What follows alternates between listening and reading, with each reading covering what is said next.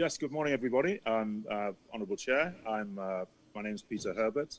I'm a retired judge from the United Kingdom. And my first visit to Kenya was way back in 1992. But I've been living here since 2017 with my family. And I'm, I suppose by way of background, a bit of a troublemaker. One of those people who hopefully, according to Congressman Lewis, makes good trouble. And so I'm hopefully making a bit of one or two human rights issues here in Kenya. All right, good to have you. So everyone would wonder, all right, what is this kind of trouble that you make? Because you rightfully say that you're a troublemaker. Traditionally, I've been an activist in the United Kingdom, but also internationally. So one of the issues that concerns us in the diaspora is the issue of general human rights, land rights. And as you know, Kenya had quite an appalling colonial history. My father was from Sierra Leone in West Africa. And although the transition of power was somewhat easier, the oppression of our people was appalling. And the British seem to have a myopic view of history. And they seem to only to apologize and pay reparations where they're dragged kicking and screaming to the table. They certainly don't do willingly.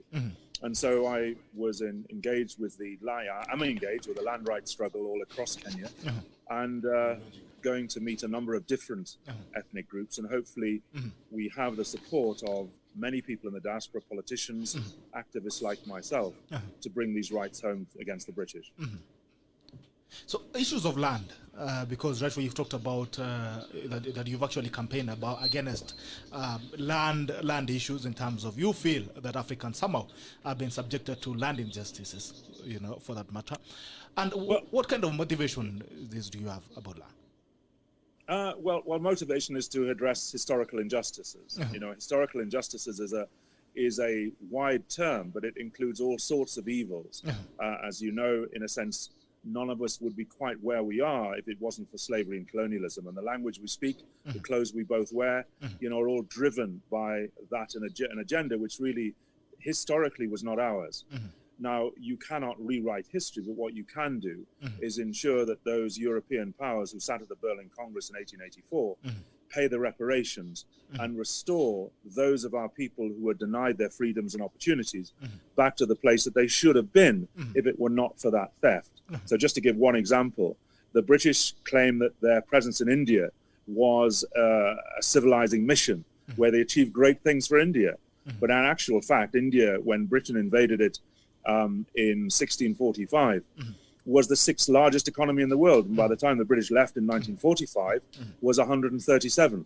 And they took $45 trillion from India over 400 years. And the same with Africa. And Kenya was no exception to this. So certainly land rights in Kenya, I came across through the leadership of Governor Paul Chepkwony, the governor of Kericho County.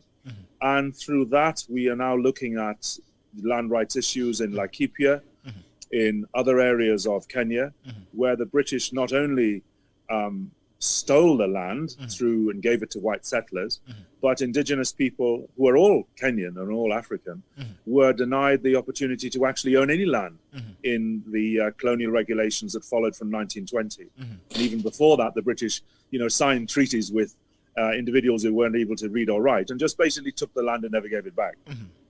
So those are some of in a generic view, some of the issues that we're dealing with. There's something you mentioned about colonialism, and there's this thing that when Africans come up in arms and say, you colonized us and you actually, you oppressed us, they come back and say, no, we gave you civilization. We might have oppressed you, we might have taken back your property. What are your thoughts on colonization and the fact that every other time an African tries to stand in for their ground, they're silenced by we gave you civilization? Do you think civilization is a tool of trade? That you can say, okay, I'll take your land, but I'll give you civilization. Is it a commodity of exchange? Well, I think the issue of colonialization is one which is viewed through the eyes of the colonizer. The colonizer wrote the books, made the films, and governs a narrative. The owners of CNN are not African. And so even the news media that you see on the continent is dominated by an agenda which is set by the colonizing powers or their surrogates. So we have to be very careful about how we see ourselves. And one of the things that it presumes is there was no civilization here. There was.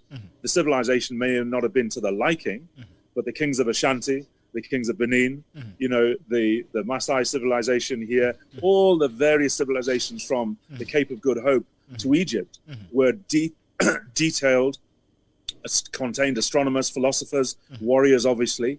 And yes, there were some practices that were maybe seen through the eyes of today as barbaric, but equally we must remember that, you know, Europe, in this century alone, last century alone, slaughtered 60 million people in 2 world wars.